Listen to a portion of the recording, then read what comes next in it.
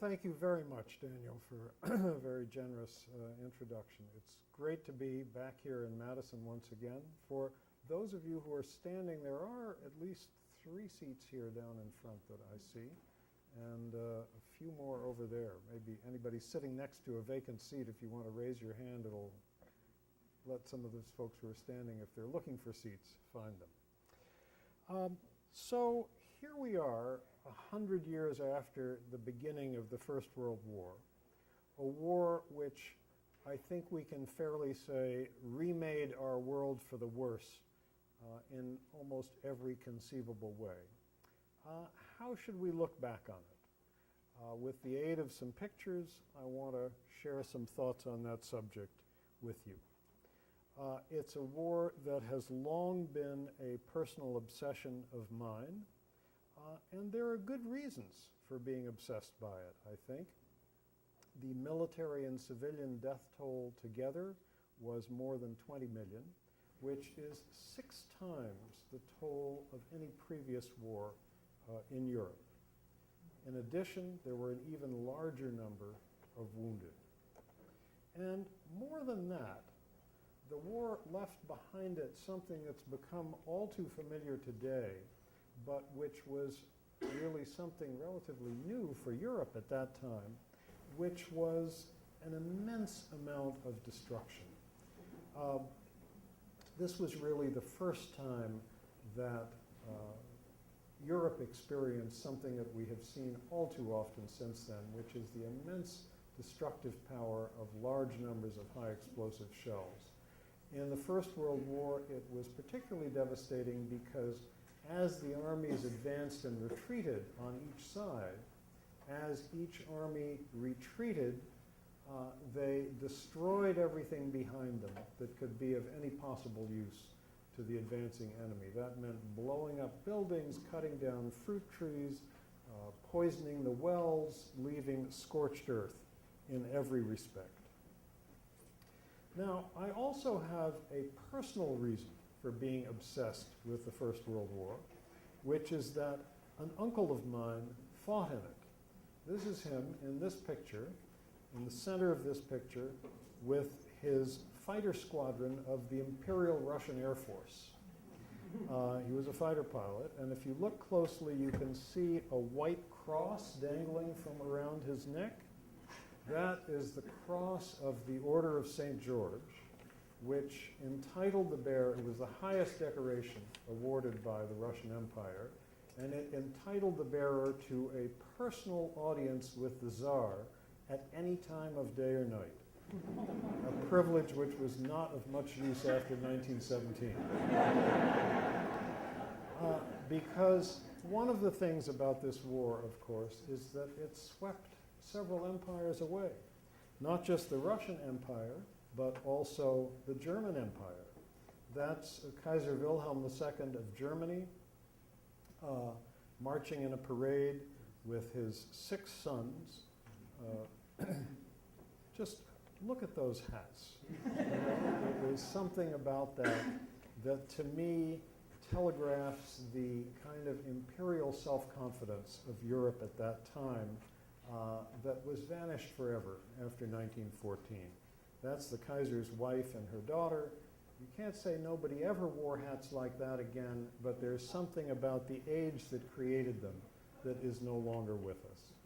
And of course, it wasn't just the Russian and German empires that got swept away, but the Austro-Hungarian Empire got broken up into many pieces. The Ottoman Empire of Turkey vanished as well.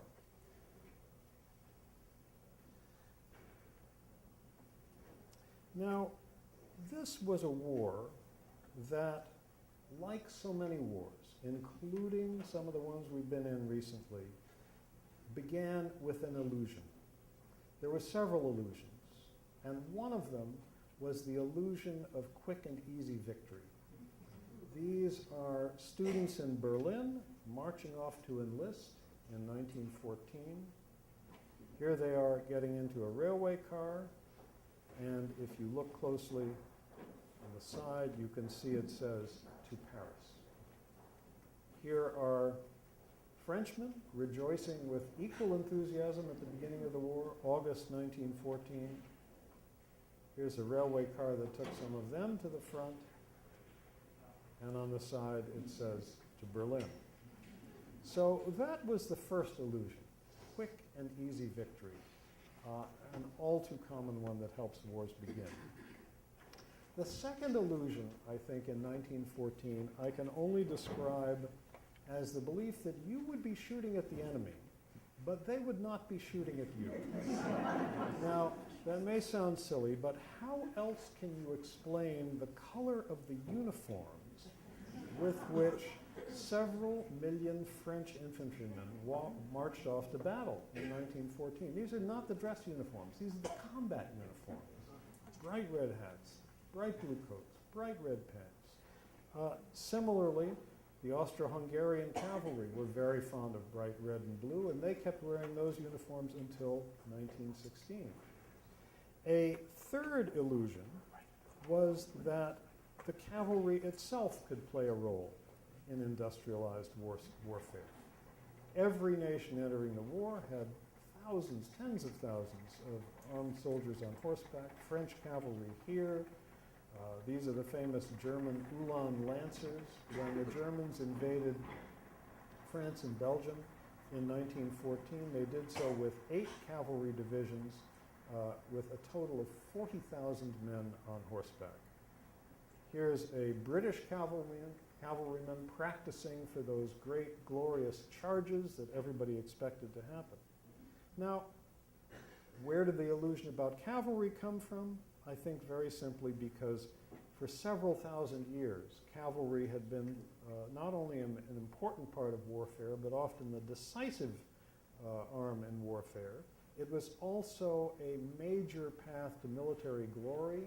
Cavalry officers tended to get promoted faster than those in other branches of service, and people are very unwilling to grasp it when something like that changes.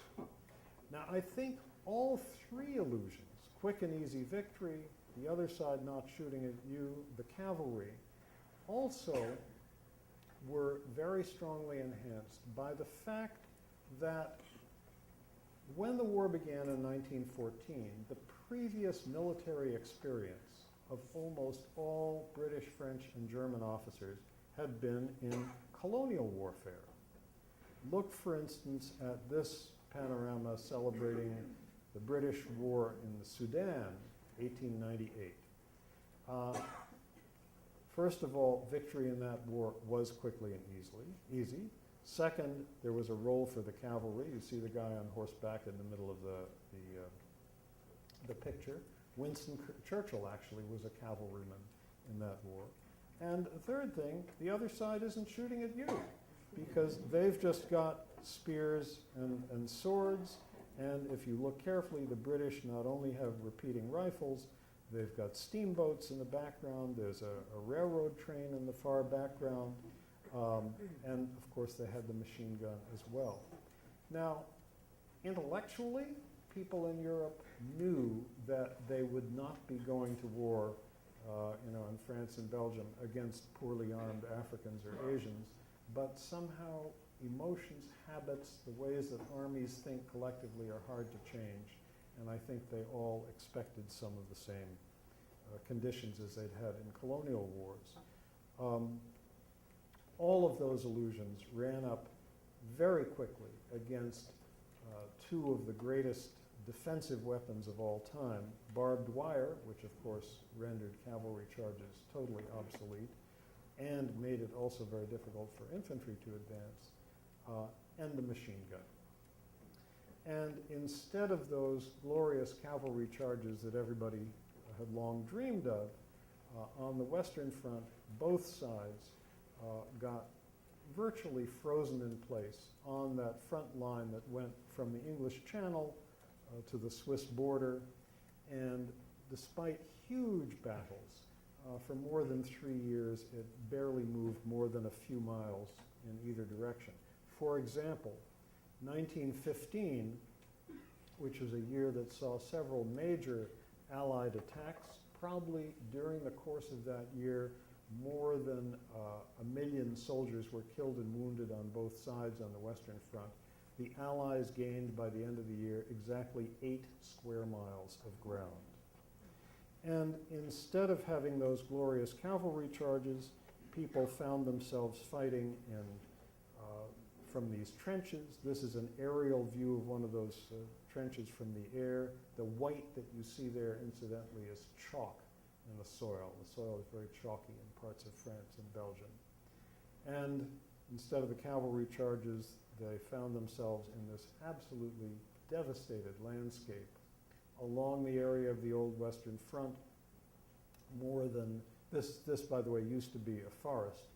More than 700 million artillery and mortar shells were fired over the course of 4.5 years, and this is what the land looked like afterwards. Men also found themselves sharing space with corpses, sharing space below ground with rats. These are German soldiers with the rats that they've caught. And they very often found themselves fighting knee-deep in mud. They also found themselves up against all sorts of terrifying new weapons that they hadn't anticipated, like the flamethrower, or like poison gas.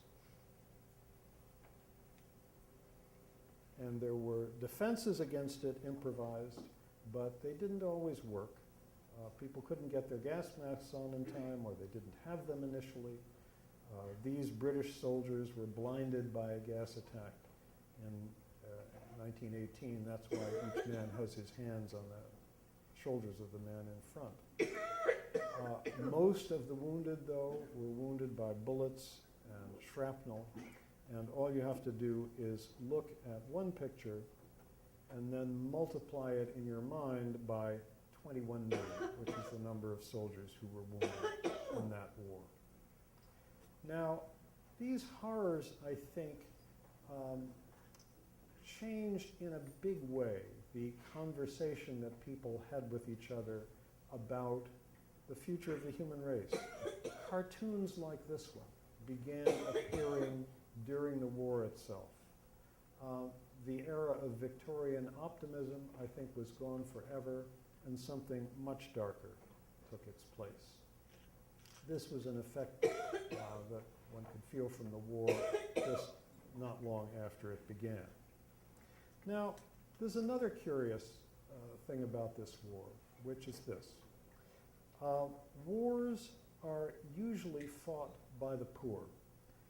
When you think back at the recent wars that the United States has been involved in, Vietnam, Iraq, Afghanistan, very, very few Ivy Leaguers, very few children of senators or CEOs involved in these conflicts. In the First World War, it was the exact opposite. These men in this picture are cadets at Eton, Britain's most exclusive school, drilling in 1915. The following year, 1916, more than 30 Eton graduates were killed in a single day. July 1st, 1916, the first day of the Battle of the Somme. And wherever you look, these statistics are similar. For example, men who graduated from Oxford in 1913, 31% were killed. The elite died in a higher proportion than did the lower class, the working class, which is a somewhat unusual thing. Why?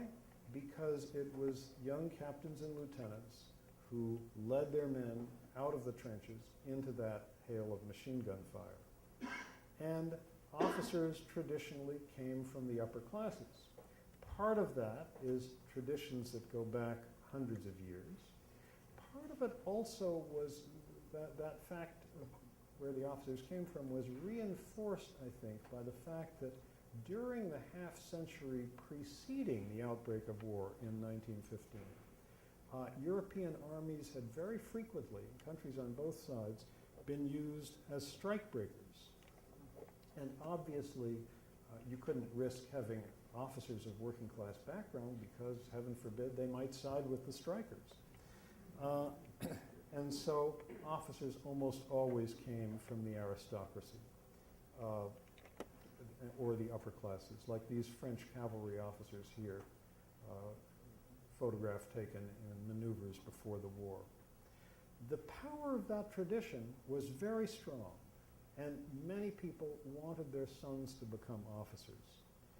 Rudyard Kipling, for example, Britain's most famous writer at the time, a great enthusiast for this war, and indeed for all wars that Britain ever fought. He had long encouraged a love of things military in his son John, who's probably about 4 years old in this picture.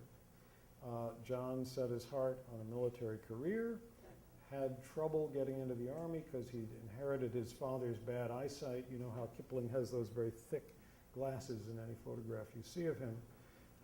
But finally his father pulled strings. John Kipling got commissioned at the age of 18 as a second lieutenant, and in 1915, on the first day of the Battle of Loos, he went into action and was never seen again. Just one more example also from Britain of the toll that the war took on the country's elite. This is Hatfield House, which is one of the great old British country homes, long the seat of the Cecil family. The patriarch of that family, Lord Salisbury, was Prime Minister of Britain for many years at the turn of the century. He had 10 grandsons. 5 of them were killed in the war. Here's one, George Cecil, who died at the age of 18 just a few weeks after the war began. The toll went through the elites of all countries. Prime Minister Herbert Asquith of Britain lost a son. So did his counterpart, Chancellor Theobald von Bethmann-Hollweg of Germany. The man in the middle in this picture, General Sir Herbert Lawrence, who was Chief of Staff of the British Army on the Western Front, lost 2 sons. His counterpart in the French Army, General Noël de Castelnau, lost 3 sons. So in order to really understand this war, we have to understand the illusions that led men like that to literally send their own sons into battle day after day, week after week, month after month, year after year, for 4.5 years. Now, there's another aspect of the war that I want to turn to now, which has to do with its effect on the civilian population. One of the things about this war is that it involved the civilian populations in a way that no war before it had.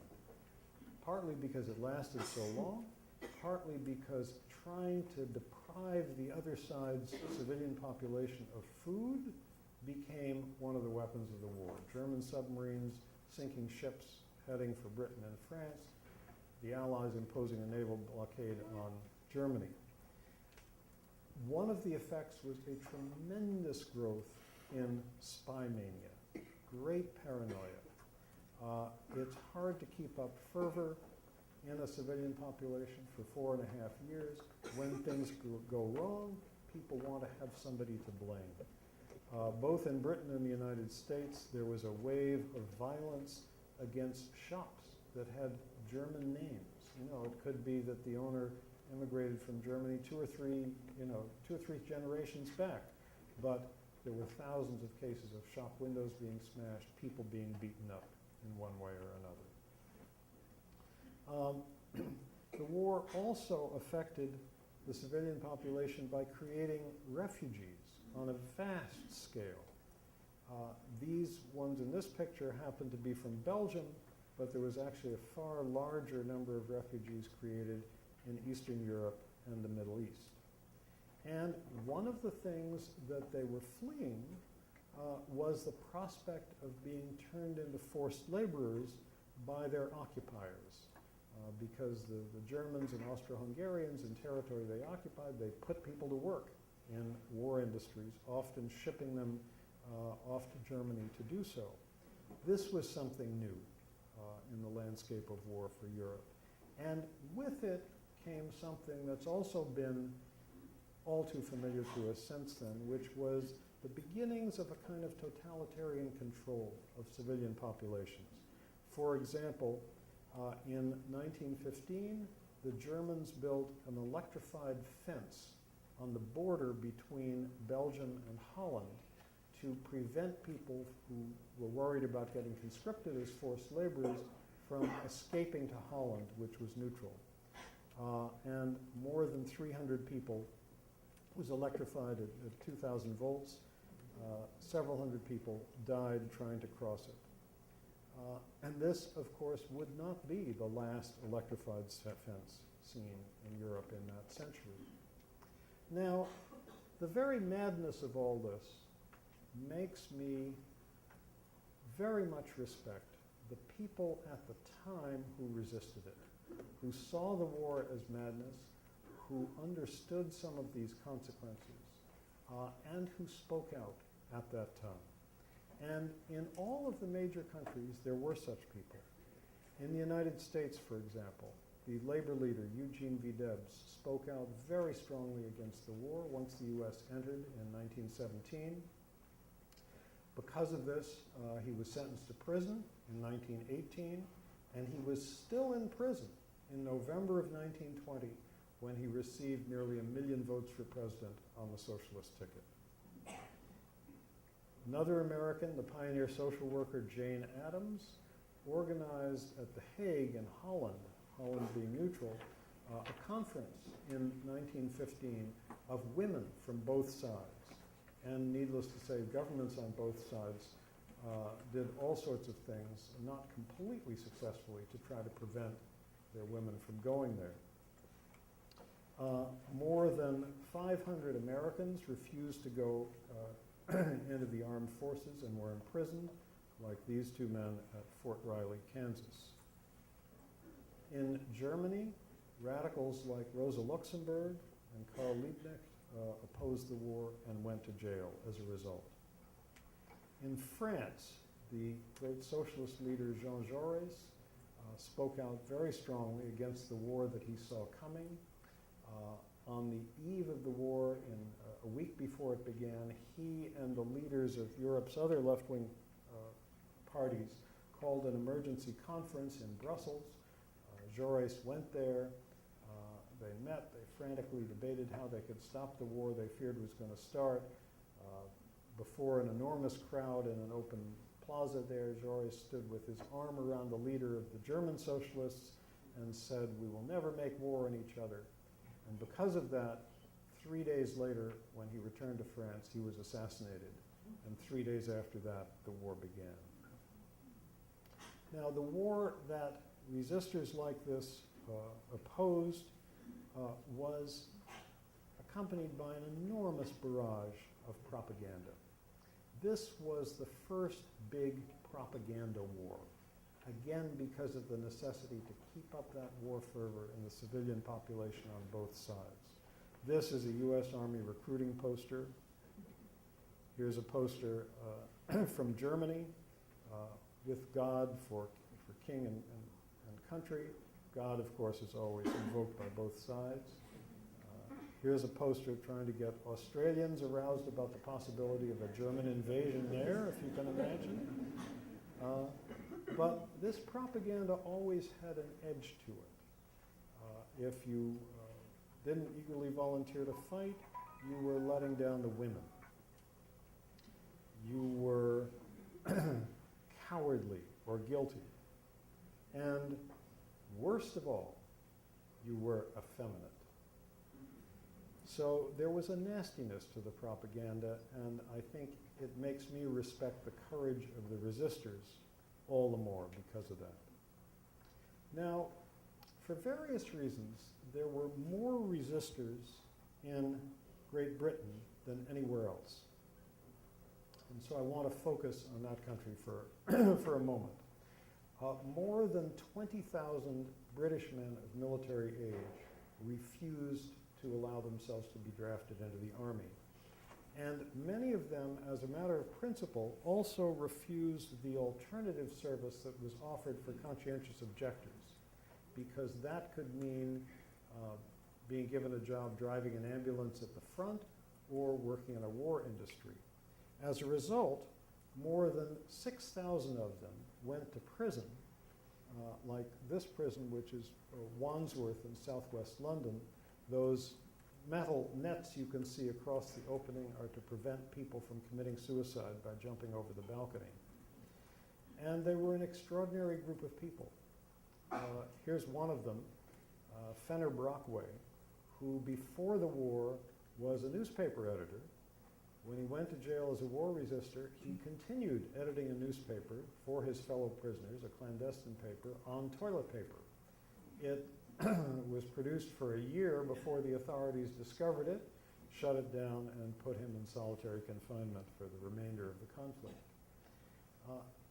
Bertrand Russell,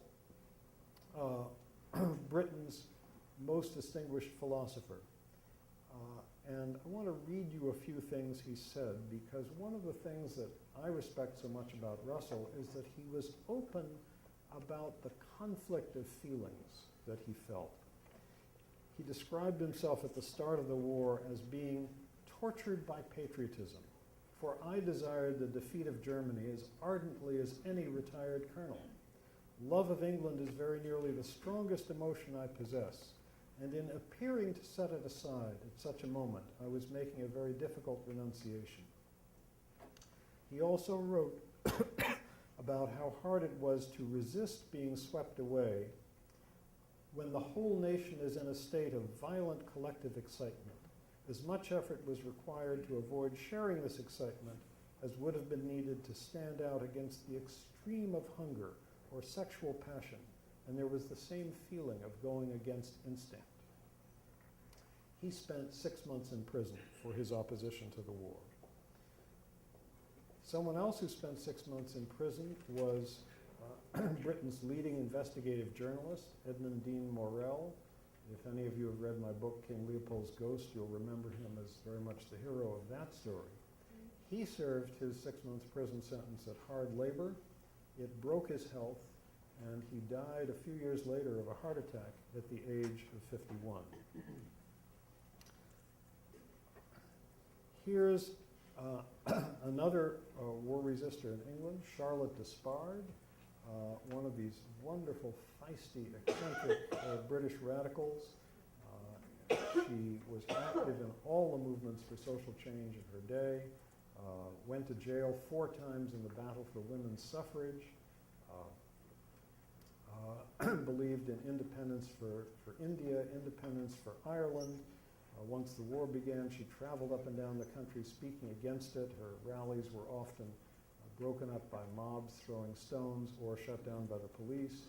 She visited the families of war resistors in jail, trying to keep her spirits up. This was a time, though, in Britain where, as we experienced here during the Vietnam War, families were often divided. For amazingly, Charlotte Despard's brother, John French, was commander-in-chief on the Western Front. And as soon as I discovered them, I thought, wow, that's going to be an interesting relationship to write about. And indeed it was. Curiously, although each of them had had several biographies written of them, his biographers tended to be military historians who were a little embarrassed by the fact that their subject had this raging feminist radical sister, and they barely mentioned her. Her biographers tended to be feminists who were a little embarrassed by the fact that she had this field marshal brother. So the biographers were not interested in the relationship. I was. And curiously, this brother and sister were very fond of each other, despite their enormous differences in politics. They continued to see each other throughout the war. They stopped speaking only in 1918 because that year Britain faced a nationalist uprising in Ireland, and they thought that a military man with a strong hand was needed to suppress it, so they sent Sir John to Ireland as viceroy. She went to Ireland to work for the IRA, and they stopped speaking. Another British war resister is a woman named Emily Hobhouse, who did something quite remarkable. In 1916, she crossed the English Channel to France, and then she went from France to Switzerland, which was neutral. Then she went from Switzerland into Germany, and in Germany she went to Berlin and went to call on the German foreign minister, whom she had known slightly before the war. And she began talking about peace terms. You know, if we did this, might you do that, and so forth. This totally unsent by the British government or anything. She thought she had, wrongly I think, the outlines of a possible peace settlement that the Germans might accept, returned to Switzerland, to France, to England, tried and failed to see people high in the British government who were horrified that she had gone to Germany, and wrote her off as a complete eccentric, but crackpot. But I think she deserves a place in history because in this war that killed so many millions of people, she is the only human being who went from one side to the other and back again in search of peace. Here's my favorite war resister of all, a man named John S. Clark, who was born to a circus family in Scotland, and at the age of 17, he went into the ring and became the youngest lion tamer in Great Britain. Then he got deeply involved in radical politics, very opposed to the war. In 1915, a friendly policeman tipped him off that he was about to be arrested. He went underground. For the remainder of the war, he continued writing for and editing an anti-war newspaper that the government tried to shut down, but they could never find where it was published from. They didn't succeed in shutting it down or in catching him. After the war, he surfaced, eventually became a Labour Party member of Parliament, spent the last decade of his life on the Glasgow City Council, and whenever a circus came to town, he would go back into the ring, and at that point, he was the oldest lion tamer in Great Britain. This is one of the joys of writing history, that you find people like this. You couldn't make them up. So the war that these people opposed caused unprecedented suffering. And it spread across the world. From the very beginning, of course, in Europe, it had happened not just on the Western Front, but also in Eastern Europe and Russia. These are Cossacks in this picture here. It spread, of course, to the sea. This is a British freighter being sunk by a submarine torpedo hitting it in the Mediterranean. 700 sailors died when this German warship was sunk in 1915. The war spread to Africa, where each side was eager to seize the other's colony. And actually the first shots of the war fired by British soldiers were not fired in France or Belgium, but in Togoland, a German colony in West Africa. The war was devastating in Africa. More than 2 million Africans were conscripted as porters for the rival armies. 1 out of 5 of them died, which is a higher death rate than there was on the Western Front. War spread to the Middle East. This is an Australian military camp at the base of the pyramids. The war also encompassed the world in a different way, in that with so many soldiers being killed, Britain and France, which still had access to their colonies, the Germans were cut off because they didn't control the ocean, brought more than 500,000 troops and laborers from their colonies to Europe to fight and to do work for the armies. These are Algerian troops in France. But despite all this, still there was a shortage of soldiers. So many were killed that by 1918 the British were drafting 17-year-olds and the Germans were putting boys who were still younger into uniform. And still the war went on and on and on. By the end, there were more than 9 million military dead, and depending on how you count them or really estimate them, anywhere from 9 to 12 million civilian deaths. And that, of course, was not the only consequence of the war. The even worse consequences that unfolded over a longer time period, I think, were those caused by the man shown on the far right in this picture with his German World War I German army unit, who 2 decades later led the world into an even more destructive war and the Holocaust as well. And it is very hard to imagine the Second World War happening without the first. Another unexpected consequence of the First World War, I think, was the Russian Revolution. Russia would not have lasted that long, I don't think, into the 20th century as an absolute monarchy. There would have been some sort of upheaval there in any case. But I think without the tremendous stress brought by the war, it would not have been the most extreme and intolerant group of revolutionaries who came to power with disastrous consequences for that country when millions of people ended up locked up in gulag camps like this. So when we look back on the war, I want us to remember not just the politicians and not just the generals, but those who tried to stop it.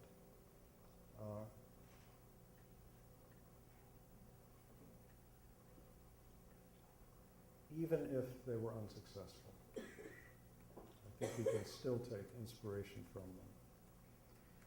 So I want to end by doing 2 things. I'm going to show you some documentary film footage from the First World War. And while it's playing, I'm going to play you some music. It's a song some of you may know called The Green Fields of France.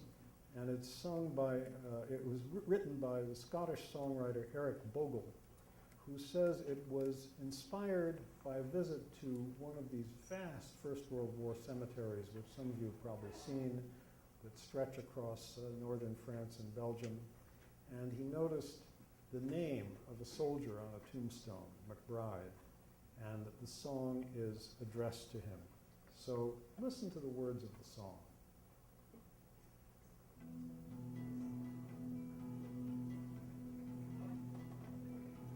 Well, how do you do, young McBride? Do you mind if I sit here down by your graveside and rest for a while neath the warm summer sun?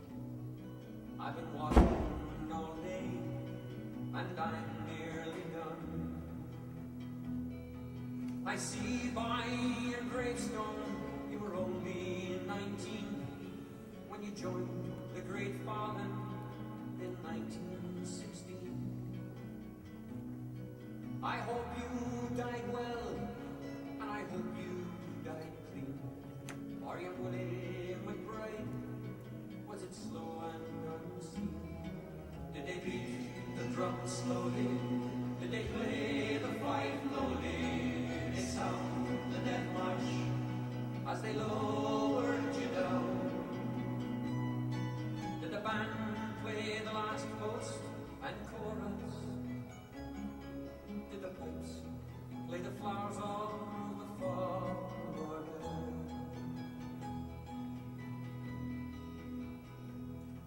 Did you leave a wife or a sweetheart behind?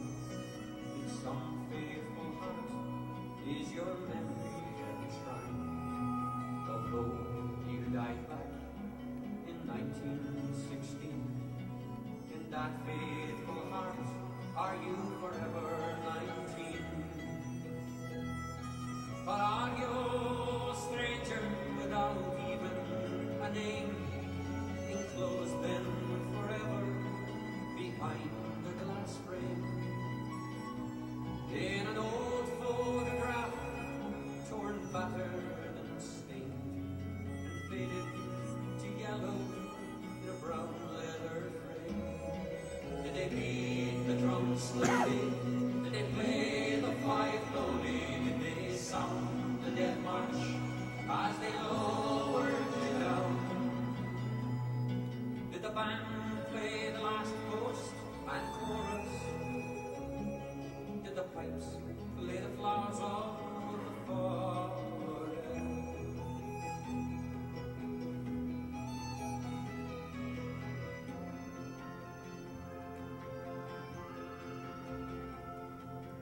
sun, now it shines on the green fields of France. There's a warm summer breeze, makes the red bodies dance. And look how the sun shines from under the clouds. There's no gas, no barbed wire, there's no gun firing now. But here in this graveyard, it's still no man's land. The countless white crosses stand mute in the sand. To man's blind indifference to his fellow man, to a whole generation that were butchered and down. Did they beat the drum slowly? Did they play the fife slowly? Did they sound the death march as they lowered you down? Did the band play the last post and chorus? Did the pimps lay the flowers on the forest?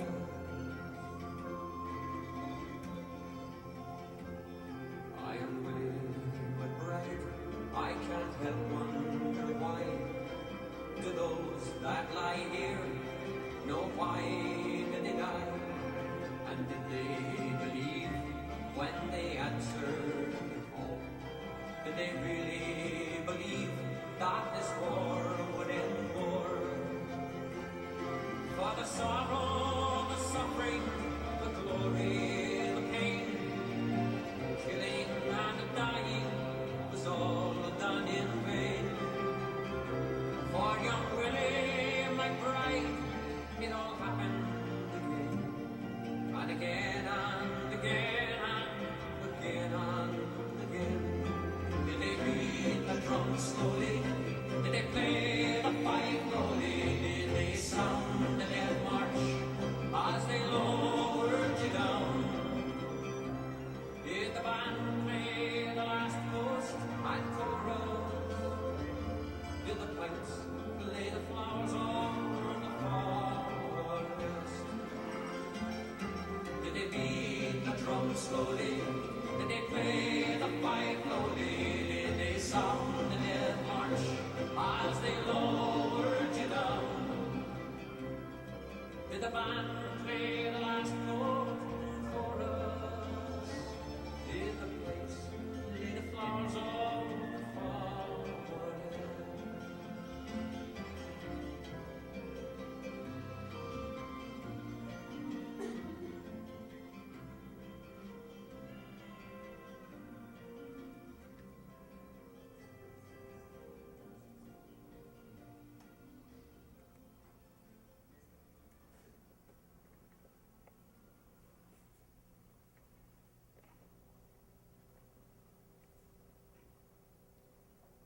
So that's it. If you have comments or questions, I'd be glad to hear them.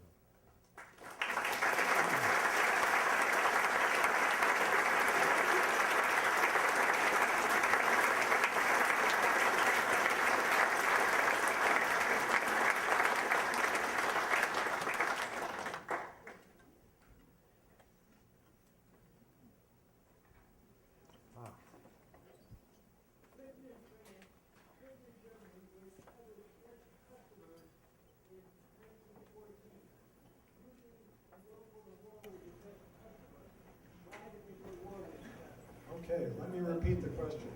Britain and Germany were each other's best customers in 1914. True. Usually you don't go to war with your best customer. Also true. Why did they go to war? You know, it's true that a lot of the usual explanations don't apply here. There was certainly no push at all from the British business elite to start this war. In fact, the Prime Minister made a note in his diary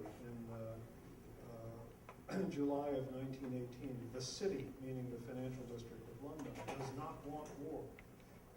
The German elite was somewhat more divided, although they assumed, incorrectly of course, that Britain would stay out of the war. Their real concern was Russia, and there was a lot of people in Germany who saw what they wanted to accomplish from the war as deciding this making it clear that for once and for all that it would be Germany and not Russia which would be the influential power in Eastern Europe. Why the war started is a very complicated question that involves a chain of events that began, of course, with the assassination of the Archduke of Austria-Hungary in Sarajevo, June 28th, 1914, and 6 weeks later the whole continent was in flames. It's a complicated explanation, one piece leading to another, and we'd be here all night if I tried to run through it. I think that what I would just emphasize is this was a war that did not have to happen. No major country in Europe openly claimed a piece of another's territory. They all had tight trading ties. There were 50,000 Germans who were working in Britain because wages were slightly higher there. The royal families of Russia and Germany had gone on yachting holidays together in the Baltic. And royal families had influence in those days. But it was a chain of accidents, and I come back to those delusions that I mentioned, I think were prime factors in why the war started. Yeah? I think it's fitting that you ended your presentation with the green fields of France, and it's also very fitting to note that it's also been translated into German. You can find several versions of it on YouTube. I guess my question is this. Do you think that it was the fact that so many upper class individuals were killed in the First World War that was the cause of the over-extreme pacifism that prevailed in Britain and France in the 1930s that led to a more bloody war ultimately? Good question. The question is the fact that there were so many upper class people killed in the war, is that what led to the pacifism of the 1930s, which was a factor in appeasing Hitler and allowing the Second World War to start? Possibly yes, because certainly the appeasement policies of the 1930s in Britain and France were much more an upper class and right-wing thing than they were left-wing and lower class. But the collective trauma that both those countries had had from the war was so vast that it's hard to trace all of the effects that it had. Yeah. And even more amazing that what was it, the King of England, the Kaiser, and the Tsar, they were cousins. They were all related, that's right. Victoria was their grandmother. The king, the Kaiser, and the Tsar were all cousins, and they all knew each other. But still, that was not enough to stop it. I should maybe just say a little bit more about, I think, why the war got started so easily. I mentioned the illusions, quick and easy victory, and so forth. But there were a couple of other factors. One was that, with the exception of Britain, all of the other countries had most of their forces in reserve. That is, only a portion of the army was on active duty. The remainder were men who had spent 2 or 3 years of military service, but were in the reserves, like National Guardsmen here, who could be called up. And it took about 2 weeks to fully mobilize one's reserves, longer in the case of Russia, which was a much larger country and more badly organized. And you had a tremendous head start if you could start mobilizing your reserves before the other guy. You also had an advantage if you attacked first, because that meant the fighting was likely to take place on the other country's territory. So I think those were factors that added to the momentum. Were there any war crime trials after the war? Were there any war crime trials after the war? No. There should have been, but there weren't. It's curious to say what the war crimes of the First World War were. There were, a lot of harsh crimes against civilians committed by the German occupiers of France and of the various parts of Eastern Europe that they occupied. But I think the real crime was that the generals on both sides kept sending these young men out to what eventually became their deaths and sometimes even measured their successes that way.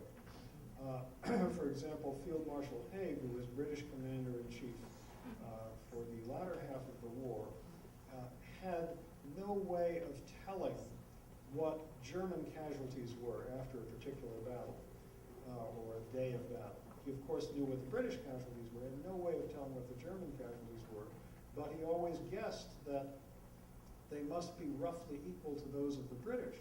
So when his own troops had relatively few casualties, he berated his generals. You know, why is it that, you know, only 500 men were killed in yesterday's fighting?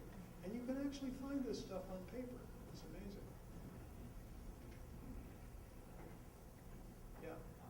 So given the fact that a lot of the troops were fighting in very close proximity and spent months or years with close by to other troops, was there a difference in the perception of the enemy between the troops and the people at home that were only hearing sort of propaganda and reading the newspaper?